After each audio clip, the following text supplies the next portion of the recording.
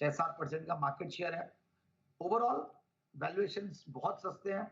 19-20 के P multiple पे बढ़िया लगता है। 19 के पी मल्टीपल पे 1.25% का डिविडेंड यील्ड, क्योंकि 19 का पी मल्टीपल के सामने आपको 27% की रिटर्न ऑन कैपिटल एम्प्लॉयड, 20% की रिटर्न ऑन इक्विटी, 50% की पिछले 3 साल की प्रॉफिट की कैगर, 17-18% की सेल्स कैगर, ये सारी चीजें हैं।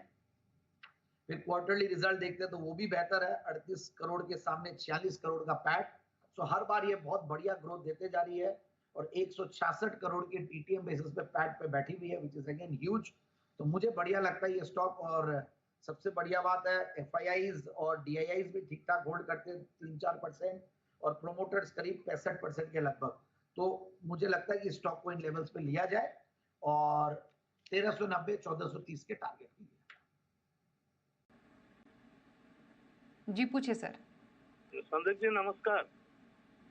नमस्कार नमस्कार नमस्कार। मेरे को आज पूछना है, मेरा 3 स्टॉक 2 से 3 साल हो गया होल्ड किया हूँ, तो अभी लॉस में चल रहा है, उसको लॉस बुक करें या ये करें, थोड़ा बताइएगा। धनी सर्विसेज 65 में लिया हूँ 500। सद्भाव इंजीनियरिंग 50 रुपया में 400 और निरिका लिमिटेड 533 में 40 स्टॉक। 3 साल हो गया, 2 से 3 साल तब किया हुआ, तो उसको बताइए क्या करेंगे। लॉस बुक करके निकल जाए, दूसरा कहीं इन्वेस्ट करे या एक क्वार्टर और देखें। ओके, बिल्कुल बताइए संदीप जी सर। देखिए बजाज फिनसर्व ये होल्ड करें लॉन्ग टर्म के लिए, कहीं कोई दिक्कत नहीं लगती है। फाइनेंशियलाइजेशन थीम और ओवरऑल ये कंपनी बढ़िया करती आ रही है।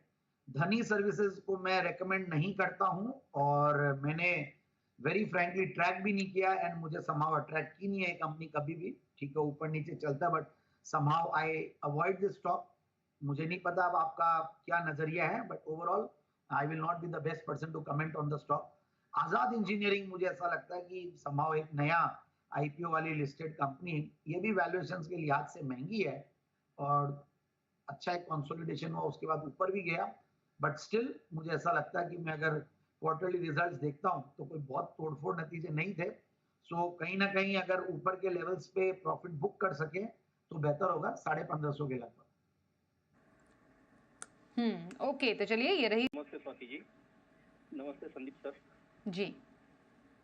सर मैं सबसे पहले तो ये बताना चाहूँगा, आप सब पैनलिस्ट, अनिल जी, कभी कभी जो मार्केट में गिरावट के वक्त हमारे लिए स्टॉक गिरते हैं, तब जो आपका माहौल जो आप बनाते हैं, पैनिक कम कर देते हैं, वो एक बड़ा अच्छा काम लगता है।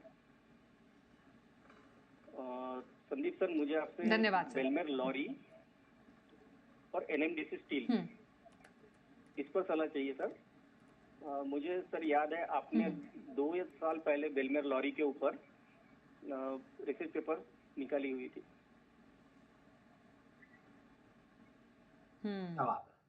ओके,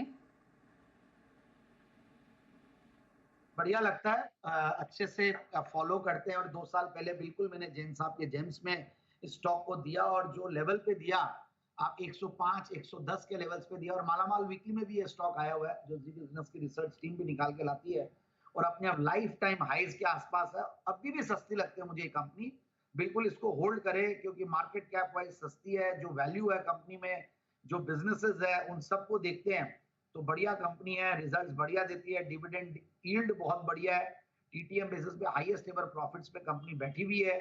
तो मुझे लगता है कि स्टॉक को बिल्कुल इन लेवल्स पे लिया जाए, लिया नहीं जाए तो भी होल्ड करें और डिप्स पे खरीदारी कर सकते हैं। और दूसरा स्टॉक एक बार और बताइएगा प्लीज। एनएमडीसी है Sandeep ji. NMDC steel, right.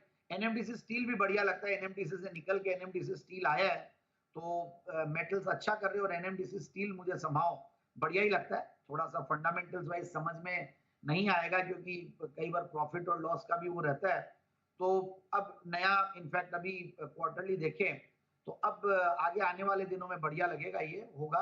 तो मेरे हिसाब से एनएमडीसी स्टील में ये बने रहें और समय देना पड़ेगा, थोड़ा सा लॉन्ग टर्म नजरिया रखें। सो दोनों स्टॉक्स में बने रह सकते हैं। बने रहिए दोनों स्टॉक्स में, आपके लिए यही राय आ रही है संदीप जी की तरफ से। एमपी से रविशंकर जी हमारे साथ हैं। नमस्कार सर, क्या सवाल है आपका? जी मैम नमस्कार।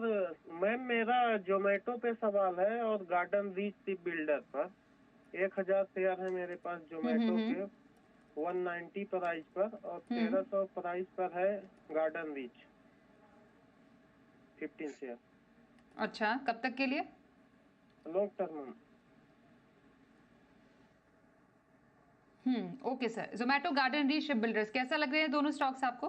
गार्डन रीच तो सुनता हूं तो वो दिल बाग बाग बोलते हैं ना, दिल गार्डन गार्डन हो गया मेरा, क्योंकि लास्ट वीक इस स्टॉक को मैंने 991 पे इसी शो में थर्सडे के दिन दिया था और फ्राइडे के दिन जबरदस्त चला भी था।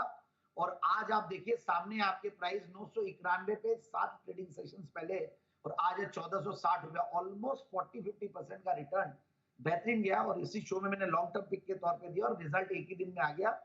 अब इस स्टॉक को अभी भी होल्ड करके रखे, कहीं कोई दिक्कत नहीं है। बहुत बड़ी न्यूज आई थी अभी लास्ट वीक में भी, और ओवरऑल जो ऑर्डर बुक पोजीशन है, बट एक साथ में कैविएट भी है कि थोड़ी बहुत प्रॉफिट बुकिंग जो मैंने कही थी शुरुआत में, पार्शियल प्रॉफिट बुकिंग करने में कोई बुराई नहीं है, तो थोड़ा कैश पे भी बैठना, क्योंकि सामने इलेक्शंस है, कोई भी कुछ हो जाए, क्योंकि ये स्टॉक्स ऑलरेडी इतना ओवरहीटेड और इतनी फास्ट रनअप दे चुके हैं, तो कई बार टू फास्ट टू अर्ली हो जाता है। जल्दी अगर चल जाता है कोई स्टॉक तो थोड़ा सा प्रॉफिट बुकिंग करने में हट जानी है, तो थोड़ी सी प्रॉफिट बुकिंग की तरफ ध्यान रखिए।